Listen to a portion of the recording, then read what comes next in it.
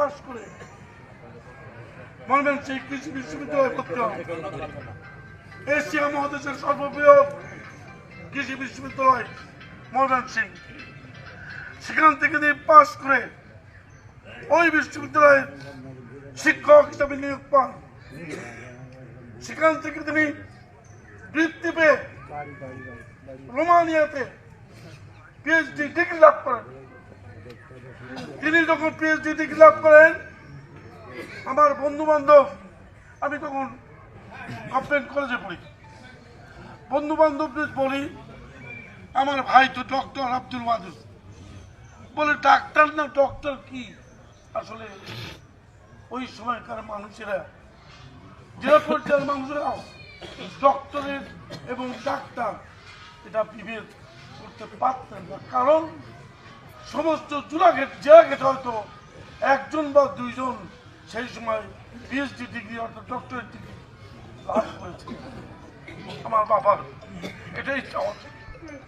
প্রিয় ভাইরা, আমার দুর্ভাগ্য অথবা সৌভাগ্য হয়, আমি এসমলের ছাত্র ছিলাম ঢাকা বিশ্ববিদ্যালয়ে। এসমলে যখন লেখাপড়া করতাম, বাবা যা টাকা পাঠাতেন মাসের 15 দিনের শেষ, সে কারণে ম্যাক্সিমাম সময় আমি বাড়ি আসতে পারতাম না।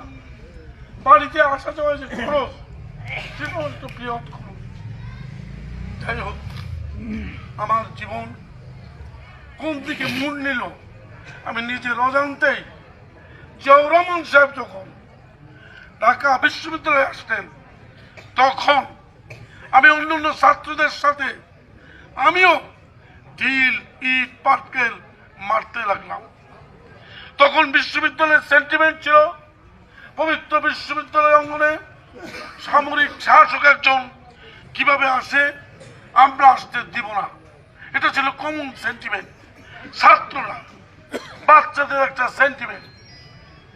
জিয়াউর রহমান যখন ইট পাটকেল ঢিলের মুখে তার গার্ড রেজিমেন্টের লোকরা বলছে, স্যার আপনি এগোবেন না, উনি এগিয়ে যাচ্ছেন, তোমরা কি বলতে চাও, তোমরা কে বলতে চাও? আর গার্ড রেজিমেন্ট ওনার যে দেহলোক কি জানা বলছে, স্যার আপনি অর্ডার করেন, স্যার আপনি অর্ডার করেন। মানে এত ঢিল ইট পাটকেল ব্যক্তি হয়তো ওনার লেগেও গেছে।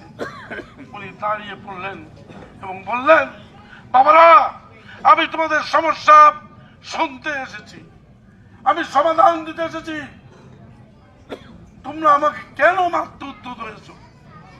বলে উনি আস্তে আস্তে চলে গেলেন টিএসসিতে, অর্থাৎ ছাত্র শিক্ষক মিলন কেন্দ্র একটা বলে আছে, তারা বলে টিএসসি। সেই টিএসসিতে বসে ছাত্র প্রতিনিধি শিক্ষক প্রতিনিধিদের সাথে নিয়ে উনি মিটিং করলেন, চলে গেলেন। পরের দিন সমস্ত পত্রিকায় হতবাক, প্রশংসাও না, শুধু প্রশংসাও না, যেই লক্ষ মানব ঢিল ইট পাটকেল খেয়ে তিনি একবারও মারার জন্য উদ্যত হলেন না। তিনি বারবার বলতে লাগলেন, ওরা আমার ছেলের মতো, ওরা আমার সন্তানের মতো, ওরা আমার ভাইয়ের মতো, আপনারা কেউ গুলি করবেন না, কোনো মারতে উদ্যত হবেন না।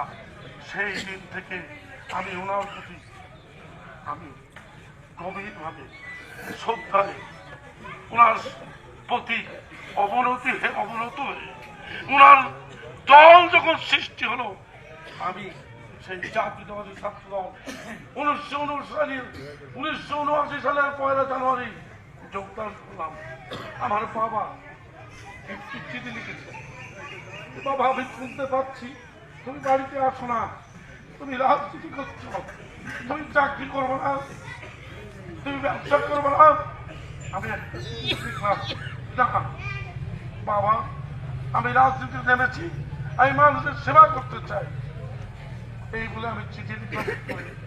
উনি আবার চিঠি লিখলেন, আমার একটি অনুরোধ,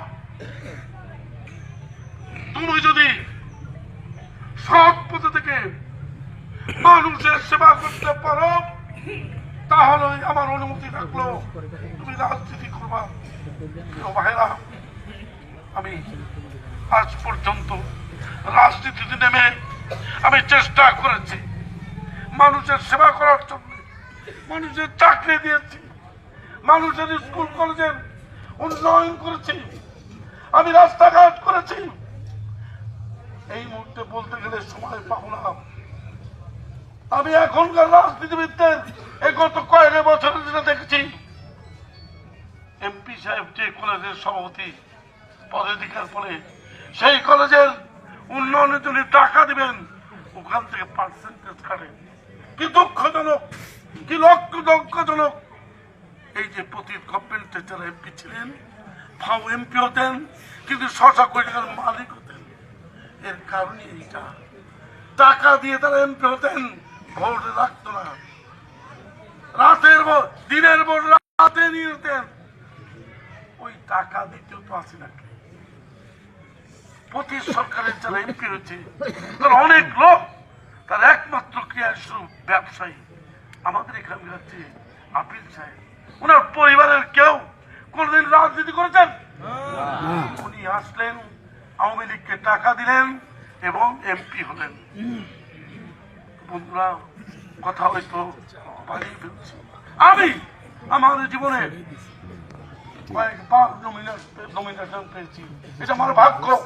আমি অল্প বয়সে এই সনাতন কাছে একটি কৃষকের ছেলে, বাংলাদেশ জাতীয়তাবাদী দল 300 লোকের মধ্যে আমাকে একজন সিলেক্ট করে, বিরাট পাওনা। আমি 1996 সালের ফেব্রুয়ারি মাসে নমিনেশন পেয়েছিলাম ইলেকশনে। ফেব্রুয়ারি ইলেকশনে কম সময়ের জন্য হলেও এমপি হয়েছিলাম। সেবার জামাত ইসলামের ভাইরা আর আওয়ামী লীগ আন্দোলন করে আমাদেরকে পার্লামেন্ট, আমি মফিকুল হাসান তৃপ্তি, বাংলাদেশের পার্লামেন্ট সিস্টেম অফ গভর্নমেন্ট এবং ওই যে আপনার নিরপেক্ষ তত্ত্বাবধায়ক সরকার বিল, এটা সারা রাত থেকে সকালবেলা সাইন করে পাস করিয়েছিলাম। এদেশের সবচেয়ে বড় ভাগ্য ছিল এই নিরপেক্ষ সরকারের অধীন নির্বাচন। আওয়ামী লীগ চুরি করার জন্য, দিনের পর রাতে করার জন্য সেই যে আমরা যেটা করেছিলাম, নিরপেক্ষ তত্ত্বাবধায়ক সরকার বাতিল করে দিল। যে দাবি নিয়ে তারা আমাদের বিরুদ্ধে আন্দোলন করে আমরা এমপি ছিলাম, সাইন করে চলে এসেছিলাম। প্রিয় ভাইরা, আমি 2001 সালে নমিনেশন পেয়েছিলাম। ভাগ্যের প্রয়াস, এই নমিনেশন রাখতে পারি নাই, ষড়যন্ত্র করে আমার কাছে নেওয়া হয়েছে। আমি আবার 2007 সালে নমিনেশন পেয়েছিলাম। আমাকে বেগম খালেদা জিয়া নমিনেশন দিয়েছিলেন। আমি ক্যাম্পেনে যখন ওই আপনার উত্তর সাতসার অজ গ্রামে ক্যাম্পেন করছি, তখন ম্যাডামের এমএসপি, অর্থাৎ তখন তিনি প্রেসিডেন্ট সাহেবের এমএসপি, উনি আমার বন্ধু হন। আমাকে টেলিফোন করে বললো, তুমি কোথায়? আমি বললাম, বন্ধু আমি তো ক্যাম্পেনে। বলছে তাড়াতাড়ি চলে যাও, টিভি দেখো, দেশে ইমার্জেন্সি ডিক্লেয়ার হচ্ছে। ডক্টর ইউনুস সাহেব ডিক্লেয়ার করলেন এবং ওই নির্বাচন বাতিল। তারপরে 111 হচ্ছে। আমি 2018 সালে আবার বেগম খালেদা জিয়া আমাকে নমিনেশন দিলেন। এই যে কিছুদিন আগের কথা। আমরা কেউ, আমার ভাগ্য কত ভালো, মহান আল্লাহ তাআলা এই নমিনেশন কোটি কোটি মানুষের মধ্যে 300 জনের মধ্যে আমি একজন আবার সিলেক্ট হলাম।